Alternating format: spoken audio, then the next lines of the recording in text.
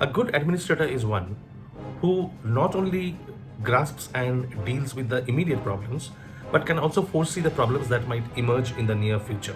One such administrator in India was Field Marshal Archibald Wavell, Viceroy of India from October 1943 to early 1947. Wavell has not got the credit that is due to him in this whole process, in this whole scheme of transfer of power. He played a remarkable role. We will talk more about him later, but I mentioned him just to highlight the role that he played, which is usually not acknowledged by professional historians. In the last episode, we stopped at the beginning of the Second World War. The British government of India, without consulting any Indian leader, made India a party to the Second World War. In protest, the Congress ministries in the provinces, in the 8 out of 11 provinces, they resigned. Probably they could have created more problems for the British government, for the government of India in their war efforts. But the Congress policy was that they would not embarrass the British government. They kept asking for an immediate declaration of a constituent assembly of independence, but the Viceroy Linlithgow was categorical in his rejection. His clear position was that during the war, it was not possible to discuss constitutional issues. Constitutional reforms would be taken up at the end of the war. In the meantime, some more Indians could be taken into the Viceroy's Executive Council. It was the ideal time to launch another civil disobedience, but Gandhiji, in whom the entire power was vested, the entire power to commence a civil disobedience movement was vested, refused to do so because he thought that there was too much violence in the air. And for an effective civil disobedience, he wanted a commitment of non-violence from every individual, from every Congress worker at least. That was not forthcoming, so he decided that there would be no mass civil disobedience. After much deliberation, the Congress Working Committee approved Gandhi's proposal of launching a very limited and individual satyagraha. Vinoba Bhave was chosen as the first candidate for offering this individual satyagraha. In August 1941, the American President Roosevelt and British Prime Minister Churchill issued the Atlantic Charter. But Churchill made it clear that this Atlantic Charter, this declaration, was not applicable to India. The war was taking a different turn all of a sudden. In December 1941, Japan attacked Pearl Harbor and started its attack on the Southeast Asian colonies of the Allied powers. One by one, all the countries occupied by the British and the American in Southeast Asia were captured by the Japanese forces. And the biggest shock came on 15th February 1942 when Singapore fell. The Japanese captured Singapore. In the meantime, it had become known in India that Subhash Bose, who had left India in January 1941, had reached Germany and was negotiating with the Axis powers to raise an army from the captured prisoners of war of the British Indian Army, and he had set up a quasi-government, the Free India Center in Berlin.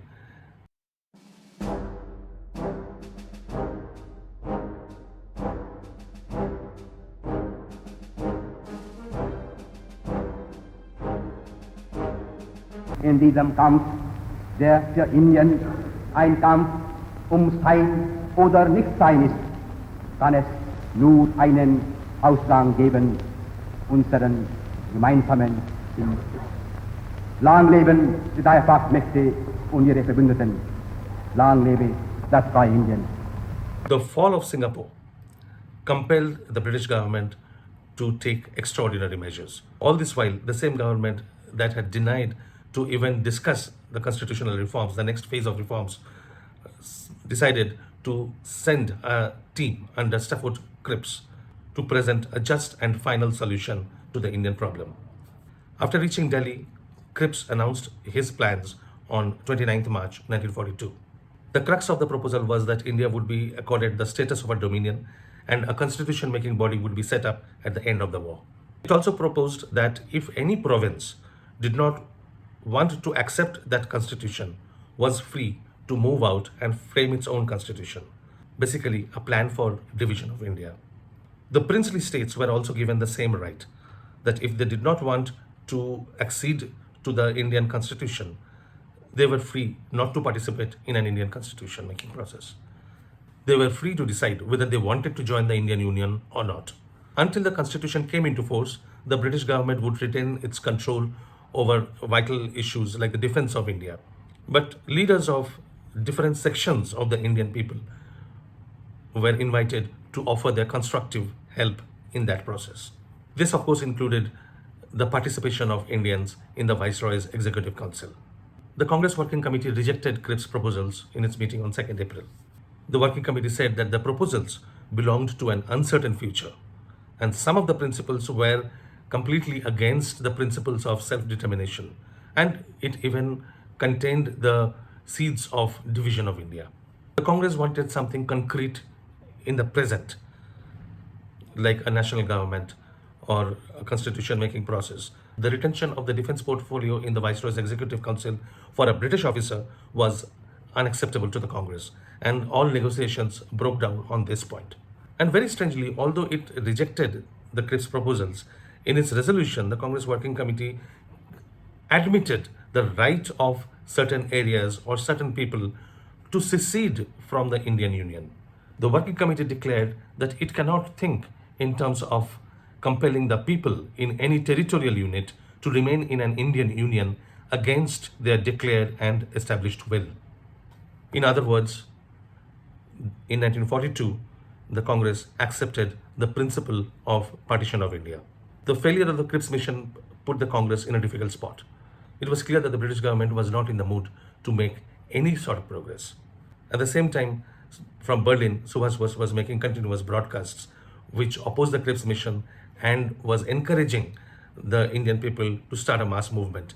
According to Maulana Abul Kalam Azad, Gandhiji at this time was deeply inspired by the activities, by the daredevilry of Subhas Bose. Probably this was one of the reasons which led him to take an aggressive step. On 14 July, the Congress Working Committee met at Wardha and passed a resolution asking the British to withdraw from India immediately. While doing that, the Congress Working Committee was still worried with the current mood in the country in favor of Japan, and declared that it would work to change the ill will towards the British into goodwill. The Congress declared that if its demands were not met, it would start a non-violent movement under Gandhiji to liberate the country. The All India Congress Committee met on 7th and 8th August 1942 in Bombay and approved the Congress Working Committee's resolution. It called for a non-violent struggle at the widest possible scale under Gandhiji's leadership. The government was prepared for this. Within a few hours after the resolution was passed at the All India Congress Committee meeting, all the leaders of the Congress Working Committee were arrested and put in prison. Within a week, all leaders of the Congress party who mattered were in jail. Gandhi's call, however, resulted in a mass movement, but it took the form of extreme violence, and when the British government responded with ruthless repression, the movement went underground. So strictly speaking, the Quit India movement that took place, which resulted due to Gandhi's call, was not at all Gandhian, because it violated two cardinal principles of Gandhian movement. Firstly, it was violent, and secondly, it was underground. By the end of the year, however, the entire movement had been crushed and nothing remained, nothing happened for the next 3 years. Two events that took place in October 1943 determined the course of India's freedom more than any other factor.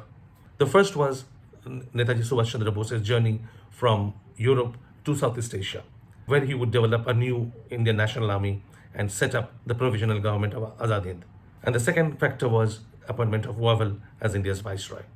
The Indian National Army, along with the Japanese forces, entered Indian territory in the northeast during the Battle of Imphal and Kohima. Soon after the Battle of Imphal and Kohima was over, Wavell started his efforts to make some progress on the Indian question. In September, he sent a memorandum to the Secretary of State, Leo Amery, telling him that although it was not yet time to hold fresh elections in the provincial and the central legislative assemblies, or to commence discussion on India's constitution, it was essential to form a transitional government at the center with representatives of the main political parties of India. This transitional government would conduct administration under the existing Constitution of India, the Government of India Act 1935, and would nominate Indian representatives in the international forums. In October, Wavell took his proposals to Churchill. On the first anniversary of his viceroyalty, he wrote to Churchill, painting a pretty grim picture as to what could happen when the war ended.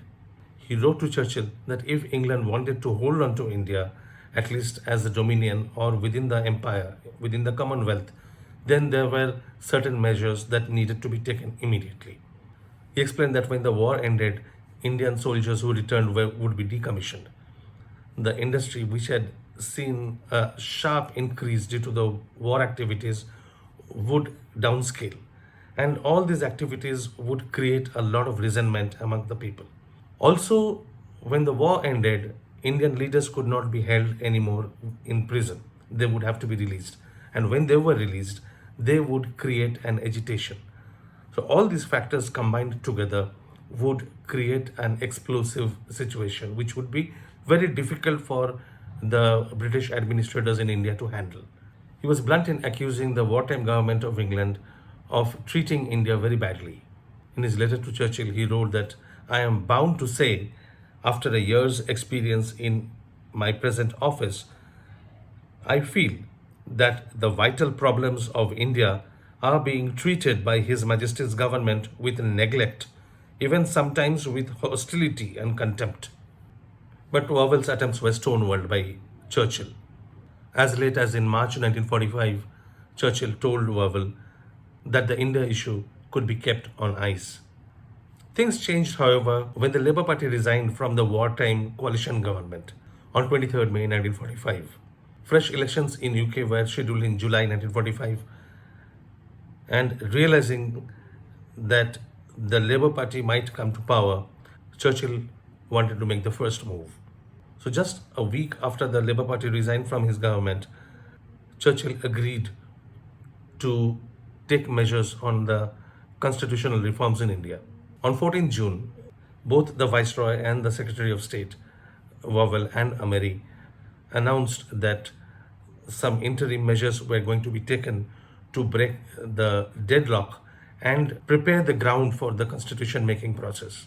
The immediate step to be taken was to form a new Viceroy's Executive Council, which would include only Indian members except the Viceroy and the Commander-in-Chief.